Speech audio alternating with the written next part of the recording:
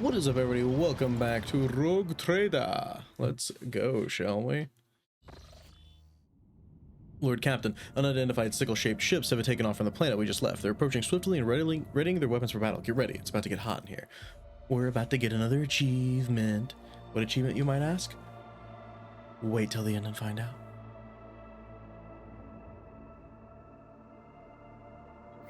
Let us purge your enemies, Rogue Trader. Sickle-shaped enemies, eh? Wonder how fighting these guys is gonna go. They're only 200 HP. That's not too great. They are grouped up, though. That's a little disturbing, and unfortunately we can't get... Wait, what if I did this? And then I moved forward.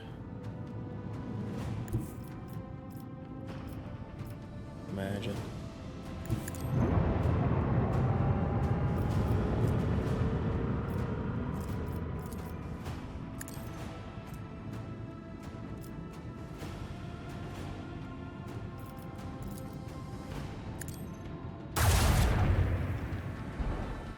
They don't appear to have shields,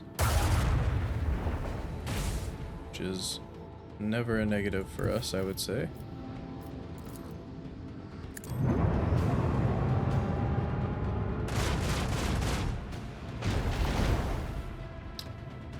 Oh, they reanimate all the way to full health, though. Do they get some debuffs at least? Yes. Okay, at least they get some debuffs, because that's not good.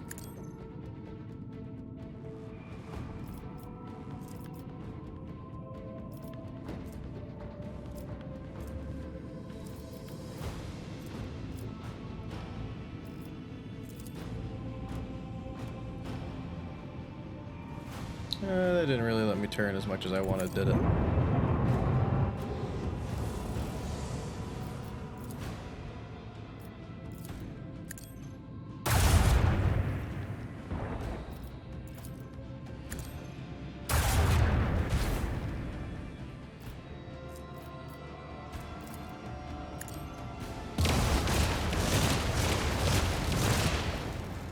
I was really hoping.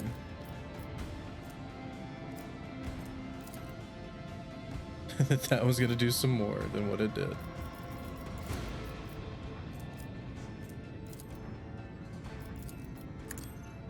There we go. Purge the unclean. Destroy at least one ship of every enemy fleet. Sweet.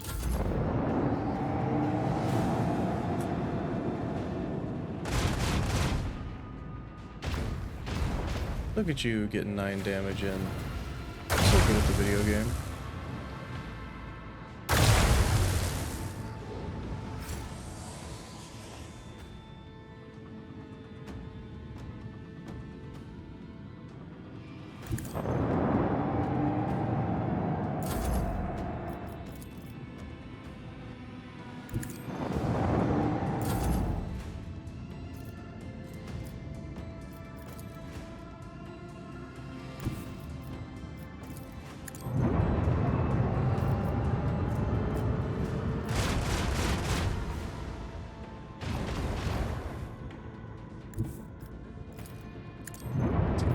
Get this guy. I mean, he's gonna reanimate, but getting him to that point is actually really good. So, and we did not get him to that point. Ooh. Yes, we might as well take him there if we can use this again, I guess.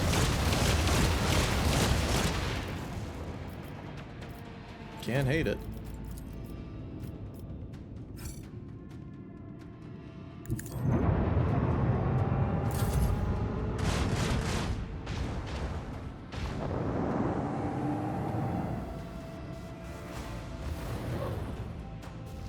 I'm taking 50 damage is nice. A breach in the enemy shield has been revealed.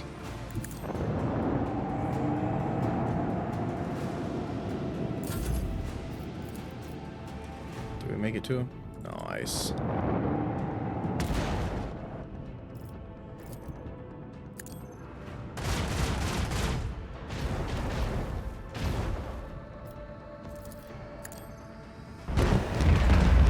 End his life. this one's already reanimated, so hopefully we can just take it out here.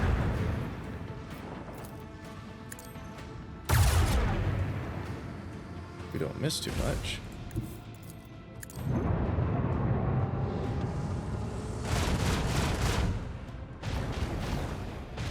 Now the question is, does it 25% of its maximum? So when I end my turn, it should just die. Right? Well, on its turn. No, it took 0. Another enemy sundered by the void. Why? Weird. Okay, whatever.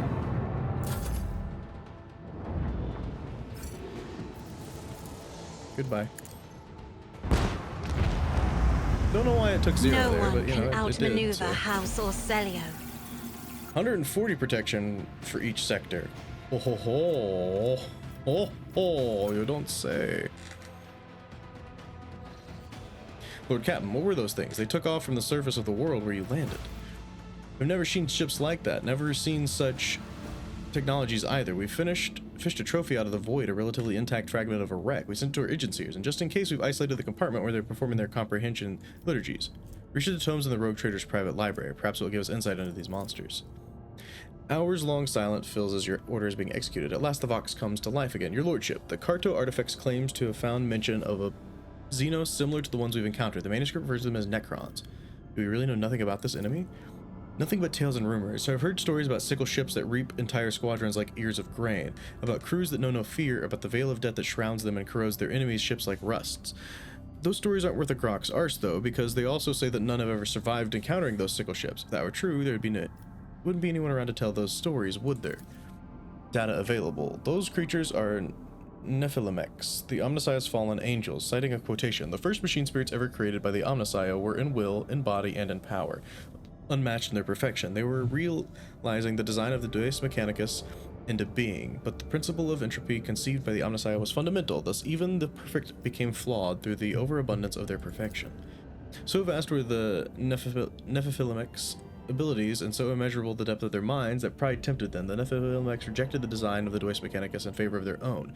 The order of existence was defiled, and a great war of absolute destruction came. The Nephilimex were overthrown and exterminated, but only a few managed to hide from the Omnissiah's eye by extinguishing their minds and shrouding themselves in oblivion. That's not true, is it?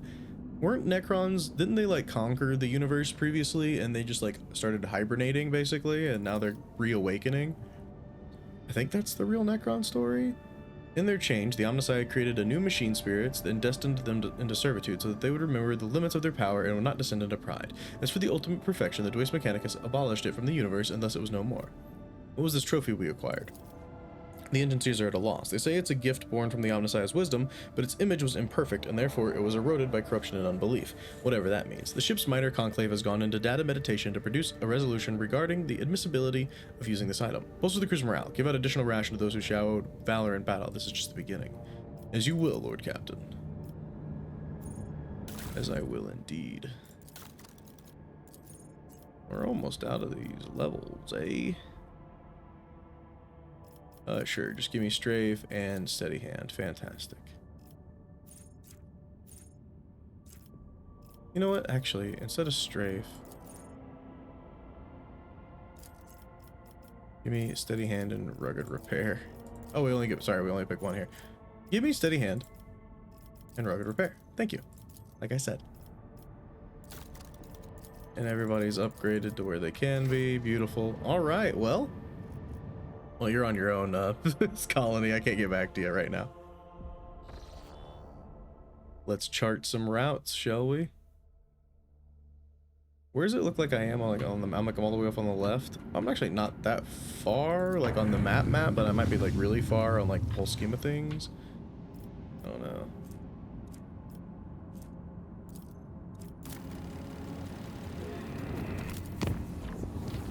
Don't want to move through orange if we don't have to.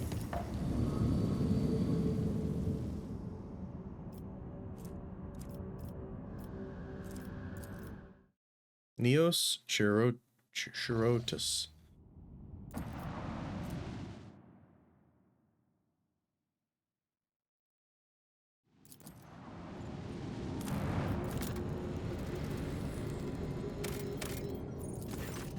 Under thin clouds, as if shredded by a careless blade, sway vast steppes carpeted by pale gold deadwood. The rogue trader's attentive eye distinguishes a region among the endless grasses that does not fit into the general landscape. The scouts from the shuttle see signs of intelligent life. Judging by trampled soil and tent frame, someone made camp here. Distant silhouettes form a tangle of paths and obstacles, a maze. The outer walls are supplemented by a multitude of spikes and blades and decorated with scraps of leather and withered crucified prisoners. It does not take an expert in xenoculture to reason the Drukhari have been here. Send out a squad of scouts to search the camp. As they comb over the tracks up around the Drukhari structures, the scouts find items of Imperium make, blood-soaked clothes, an aquila patch, and a data slate cracked in half. Gothic letters and the symbol of the Inquisition are frozen on its bottom half. The sentence fragments make up part of an exploration report. The servants of the von Valancius find a rough illustration of the camp in the pocket of the filthy coat. On it are two marked locations. The first stone is a sword and highlights the area where the items are found. The other is a skull and points to a patch of ground by the maze.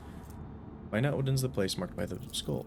The scouts carefully inspect every piece of land in the marked area and discover a camouflaged pit studded with strong, thin needles. In a niche sunk into the wall of the trap glitters a volumetric flask with an ugly creature that looks like several blades stuck together. Analyze the nature of the creature. The rogue trader's people recognize the grotesque figure as a Drukhari Medusa, a parasite capable of registering emotions and transferring them to its masters. This thing was left here as the equivalent of a pict reader, collecting the suffering of Drukhari's victims. Destroy it. The flask explodes into shrapnel fragments under the salvo from the scouts' rifles. The remaining liquid is collected into several test tubes to be examined in the ship's laboratory and put to good use, or destroyed by the orders of the rogue trader. Continue exploring. Deep prints belonging to landing legs and a ladder are visible in the grass behind the maze. The relative positions and recesses correspond to the design of an Imperial shuttle. When the Von Valancius scouts approach, they find a wax seal bearing the symbol of the Inquisition and a monogram formed of the letters of XC. An officer voices the proposition that the initial corresponds to the name of the Inquisitor Xavier Calcazar. Search for other objects in the grass. A segment of dry grass a few meters in front of the prints from the ladder have been cut as if scythed. Among the chopped stems lies a piece of Drukhari trophy, a flap of dark skin stretched out by thin chains. Most of it's covered by a tattoo, a silhouette of a storm or a tornado, and a black symbol composed of curved lines and sharp shapes. Burn all away. The predator structures do not burn easily, and it takes a long time for them to heat up. When the flames finally gather strength, the turquoise explosions flash amid the yellow-orange waves. Whatever was down there was dangerous. Yeah, well, now it's gone. No longer dangerous because exploded.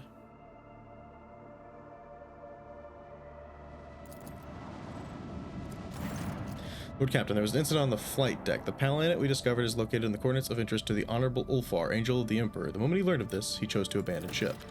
He ordered a shuttle to be provided to him and directed it to the world before us. We do not know exactly where he wishes to go, but the augurs have tracked the shuttle to its landing site. He stole a shuttle. How did this happen? Lord Ulfar simply showed up on the deck, drove the enforcers away, and demanded he be granted clearance for takeoff. Your servants became frightened and dared not disobey his orders. Why have I not been notified of his actions right away? He forbade it, and the enforcers did not dare to defy an Angel of the Emperor. I am very sorry. I see. I apologize for having to bring you this troubling news, Lord Captain. Oh, dang it, Ulfar. I want to come with you, friend. You can't just be dipping like that, bud. I'm here to help. A scouting party led by the rogue trader himself makes planetfall on the frozen world. The shuttle on which Ulfar Thunderlong departed, the ship has been designated for the starting point for the search. Said shuttle is found on the landing site, intact and undamaged. Examine the stolen shuttle. The machine spirit is in fine form and is ready to ascend from the world's surface. No clues have been found as to Ulfar Thunderlong's intended destination, but a keen-eyed scout sights several disturbed snowdrifts that may indicate the route taken by the Snowwolf. Scout the area. The scouts discover numerous structures, burial grounds, and obelisks of the Xena race that once ruled these star systems, all of which are now encased in ice and solemn sepulchral stillness. No signs of activity by potentially hostile Xenos have been detected. Follow the trail. The group bravely ventures onward into the realm of blinding white and crackling frost. The sky is soon blanketed with snow clouds and block out the star's light.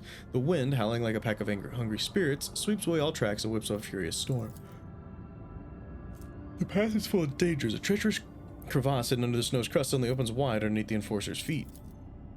It is only the vigilance of the Lord Captain and his companions who hear the telltale crack in time that saves the soldiers from certain death. A few hours later, the expedition comes to a plateau. Rising up ahead is a dark hull of an Imperial trading vessel, the one that once landed on this world's surface. Investigate the ship.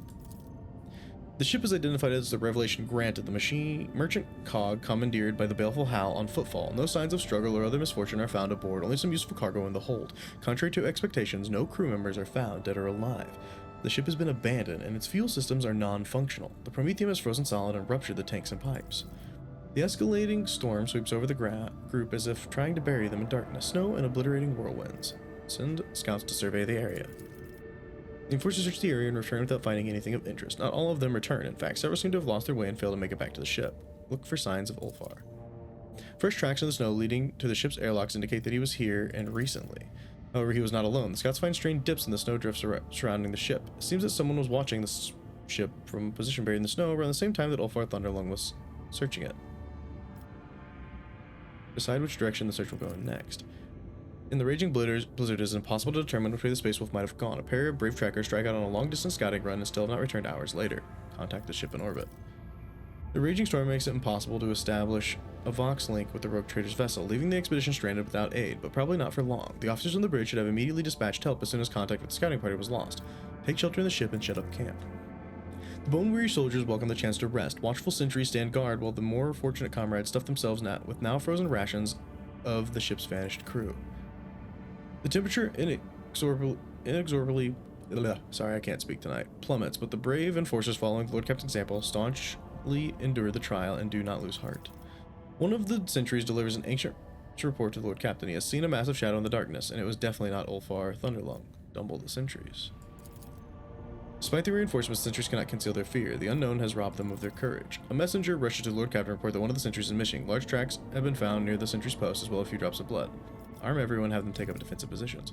Casting food aside and rousing them from fitful sleep, every member of the expedition prepares to fight and defend the blessed rogue trader. A terrible rumbling cuts through the roar of the storm. The clash and clamor of battle is followed by a furious, agonized scream. Send the party towards the ship. I mean, it's such a terrible plan. Remain at the ship. Hours pass before the ferocious storm subsides. Communication with the ships is restored, and an anxious Brit officer report that reinforcements from the ship have already landed on the planet and are now searching for the Lord Captain. Carefully lead the group in the direction from which the battle was heard earlier. Eyes darting around cautiously, the expedition's members move forward, and a gruesome discovery soon revealed to them. Ulfar's been found lying in the blood-soaked snow. There was signs of a terrible battle all around. The Space Wolf's body is covered in grievous wounds. The expedition healer doubts that even an angel of the Emperor will last long in such injuries. With great care and an unacceptable. We must come to his aid. I must save him. I'll be right back. Send the party towards the sounds of battle. Tied together with ropes and bolstering each other with battle cries, the enforcers rush towards the battle in human chains. Unable to see anything in the darkness and swirling snow, they blindly stride toward the source of the battle's monstrous thunder. Just a good tactical skill. Captain will personally rush in. Send the soldiers forward, trusting in their tactical skill and lessons taught to them by the Lord Captain. The enemy is concealed by the snow and the darkness, forcing the soldiers to fire in all directions, by some miracles not hitting each other. First one fighter, then another vanishes with a desperate shriek, dragged off by the unknown enemy into the roiling depths of the storm. But the enforcers' courage and stubbornness win out. Boldly pushing forward, they drive the mysterious enemy from the battlefield and into a retreat. No, he's still found lying in the snow with grievous wounds, but the wolf continues to cling to life. With great care, he is borne to the shuttles and, wasting no time, brought back to the ship for urgent treatment. Ulfar, what happened? I gotta talk to my boy. It didn't say it was a scream like Ulfar, or I would have ran out there instantly.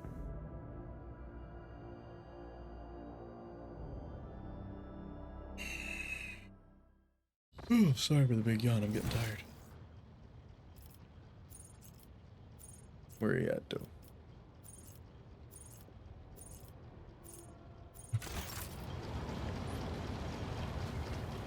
Hey, Incendia.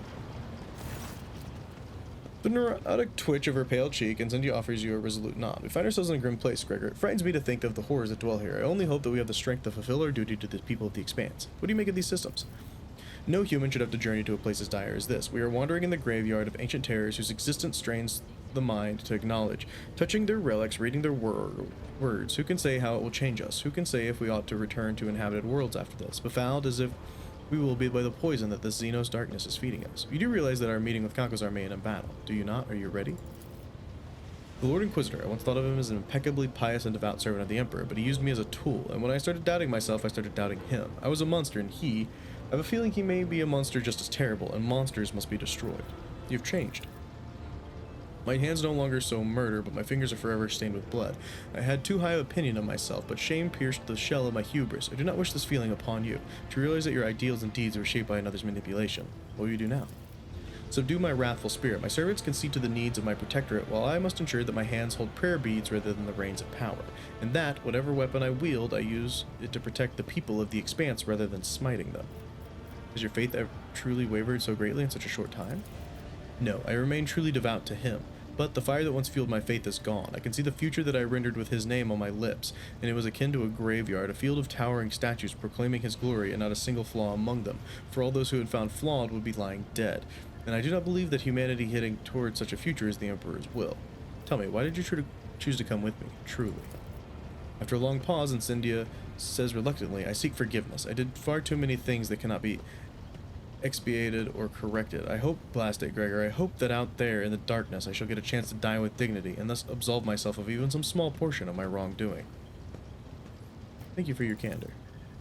Thank you for making its existence possible. Do you think I have made a worthy rogue traitor? I wish not to speak ill of Theodora, but you treat people with far more grace and nobility than she ever did. Guided by your hand, your protectorate flourishes and your people extol you. And if it is so, then what does my opinion matter? In a time of trials, the Emperor sent a true leader to the Koronus Expanse. Just as your servants from Foulstone selflessly lit void beacons to save those lost souls from death, so have you, through your tireless toils, become a beacon of hope to us all. I have matters to attend to. Keep steadfast, Gregor, and be watchful of the temptations infesting our path. Now, inquire about the... Okay, talk to the Boxmaster. I was like, where is Ulfar? How is Ulfar? Has he regained consciousness? He's feeling better, Lord Captain. The ship's surgeon was amazed at his resilience, and the esteemed Lord Ulfar is currently convalescing in his chambers. I have a servant escort me to Ulfar's quarters. Ulfar, you got some splaining to do. We could have gone together. But no. You went on your own, and that just didn't work out, did it? Nice quarters you got here, bud.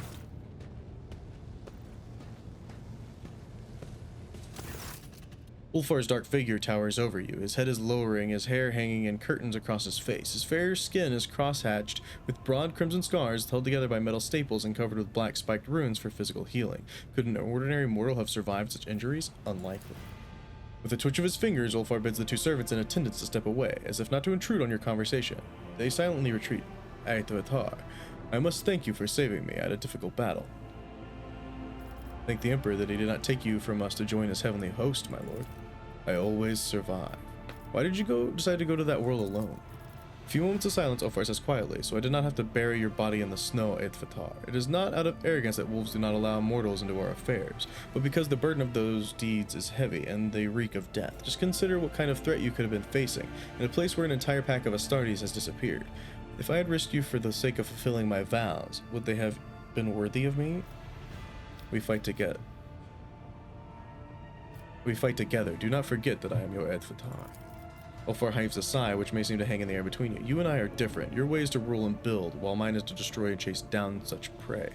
Such is the Allfather's plan, and in that plan my death on the battlefield is expected in a joyous event, while your death would be premature, sorrowful, and damaging to many lives. Did you find trace of your brothers? The vessel I found, the revelation granted, that was them. Inside there were signs of wolf scouts leave for their brothers. The Babel landed on the ship on the surface and left. The rest of the crew disappeared. I followed my brother's trail until an unknown foe blocked my path and battle ensued. What foe was capable of besting you in combat? Your wounds were truly terrifying. An evil spirit attacked me from behind and wounded me instantly. Ulfar points to a particularly gruesome scar on his chest, the strike clearly intended for one of the Space Wolf's two hearts. The wound gives off a strong medicinal smell, but is not one you recognize, probably a Fenrisian balm brewed by Ulfar himself. Your healers would faint after one whiff of such a potion. The snow covered my eyes, and I could only make out a shadow, but it moved fast and it was strong. If the Allfather's gift had not knitted my ribs into hard carapace, that blow would have been my last. The wolf says these words with chilling nonchalance. I can still feel its claws in my chest, frost-shredding flesh. Wounds left by spirits are dangerous. They create a spiritual link between your body and its pernicious mind. The only way to heal such mutilations is to brew a potion from blood spilt by their incorporeal bodies. That evil spirit wounded me too. Then we are both marked. Our bodies will be tormented by its deadly touch until it's defeated. But fear not, Aitatar. We will defeat it, I swear. I see. Ulfar nods in agreement, his face grim. You are not your usual self. You seem more somber. By bitter paths come wisdom and wake of bloody losses, and shattered dreams heavy thoughts weighing on its broad shoulders. It enters unbidden and takes a seat by your hearth. Have you been thinking about your life? About the future? Have you ever wondered what it means to be an Astartes? To know no other family but your brothers in battle? To know no other feast but the joy of slaying your enemies and extolling your fallen comrades? To know with certainty that your death will be terrible, brutal, and agonizing, for time holds no sway over us, and no warrior of the Allfather has ever breathed his last in a soft bed. Death holds no fear for us, Aidvatar. We have been eating at the same table since day one. Perhaps some good awaits you in the future. Listen, Aidvatar, when the wolf priest tested me, I went to the Gate of Morkai, a dark place where real space and the thoughts of the great wolves intertwine like the tentacles of a kraken. Everyone who appears before the gates is granted a vision, and mine was a dark omen. I saw myself in two guises, one as white as the moon, the other as black as the lowering sky, and the two were locked in combat. As for which me emerged victorious, that was hidden from my sight, but that is not what frightened me. The Black Wolf's gaze was fearsome, full of more pain than he could ever inflict upon himself. It drove him mad, turning him into a monster, and as dark as he appears, I recognize myself in him. After all, I was made for destruction, torment, annihilation. I am the more agile monster. Does that mean, by the Allfather's design, I must drink this cup of pain to the bottom in order to fulfill his plan? I do not know. Ulfar looks at you, his expression inscrutable. Tell me why there are no rhymes in your songs. Rhymes are empty frippery. A saga must be alive. If the words happen to fall into rhyme, well, that is grand. But to make your whole story fit neatly into such a pattern, you must either twist the truth in the service of beauty, or live your life for the sake of a rhyme. Neither is to a wolf's liking. Our sagas are voices sounding through eternity. When we hear them, we do not hear stories, we hear the tellers speaking their words to us now. You still believe you will find your brothers? I will find them. Ulfar clenches his fists. Probably not alive, but I will find them. Thank you for your answers. You have a right to them. I'm pleased that my servants have found a fitting shrine for your armor. The splendor and momentuality of the chamber befit the solemnity of the sacrament unfolding within. As if performing an intricate dance, the servants of the Omnissiah move in time with the murmuring mechanisms circling the massive space wolf while he stands utterly still. The scent of sacred incense fills the air, giving the sense that one is witnessing a great ritual. And Astartes needs very little. A cell and a table where I can perform the purifying rite on my weapon, that is all I require. But to keep the armor bestowed upon me by the Allfather in some shabby cubicle would be sacrilege. This chamber will do well for the vesting ceremony. There's good plasteel beneath the rich decoration and gilding. Yes, I am satisfied. What are the servants doing? It is time for me to don my skin again. Ulfar shrugs wearily, his body giving off heat and an animal scent. One of the servants opens a casket containing contact unguent. It will be used to anoint each of the black carapaces and neural parts marring the wolf's skin. This sacred augmentation seamlessly fuses Ulfar's body with his armor and every fiber bundle of it. I feel flayed without it. Recently I've been trying to remember what it is like to live without a skin. I can't. Too many years have passed. What will you do now? I must return. My foe awaits me, and it would be dishonorable to retreat from battle, but I will need help in fighting it. You can count on me. I know, Aidvatar. Ulfar nods to the servants, and in low voices they begin a guttural prayer. Shadows leap across the walls, twisting together in a majestic and savage dance. In the flickering candlelight, the sacred ritual is performed. The angel of the Emperor is clothed in the armor of unwavering faith and his wrath. Good talk. It's like, why can I not move? The backpack is a repository of mighty machine spirit that supplies the Space Marine's armor with the motive force. Its effort ensures that the heavy armor does not burden the wearer, but rather multiplies his strength and endurance 100-fold. Ulfar, standing on a dais beneath the gilded vaults, resembles a cast metal statue of a space marine as seen adorning many temples. All that is missing is his armor. Sensing a task not yet complete, mechadendrite tentacles descend from the ceiling toward the wolf, preparing to begin the sacrament of vesting. The resplendent armor of the Emperor's angel, which has seen more than one battle and taken more than one ferocious blow in its centuries of service. The skin of a wild beast conjures up images of a bloody battle between the one who now wears it and the creature from which it was taken. Nice room you got here, buddy. Nice room indeed.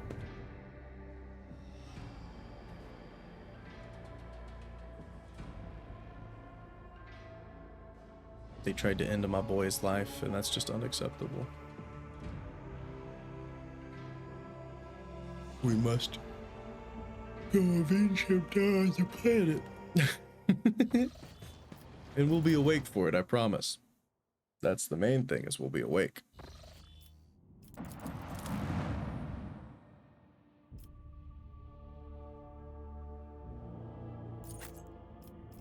That's the team. characters only attack targets that are visible to them. This is true. I've noticed that. Maybe the blizzard will have let up by now. Beautiful. All right, guys, that's gonna do it for this episode. I'll see you all in the next one. Peace.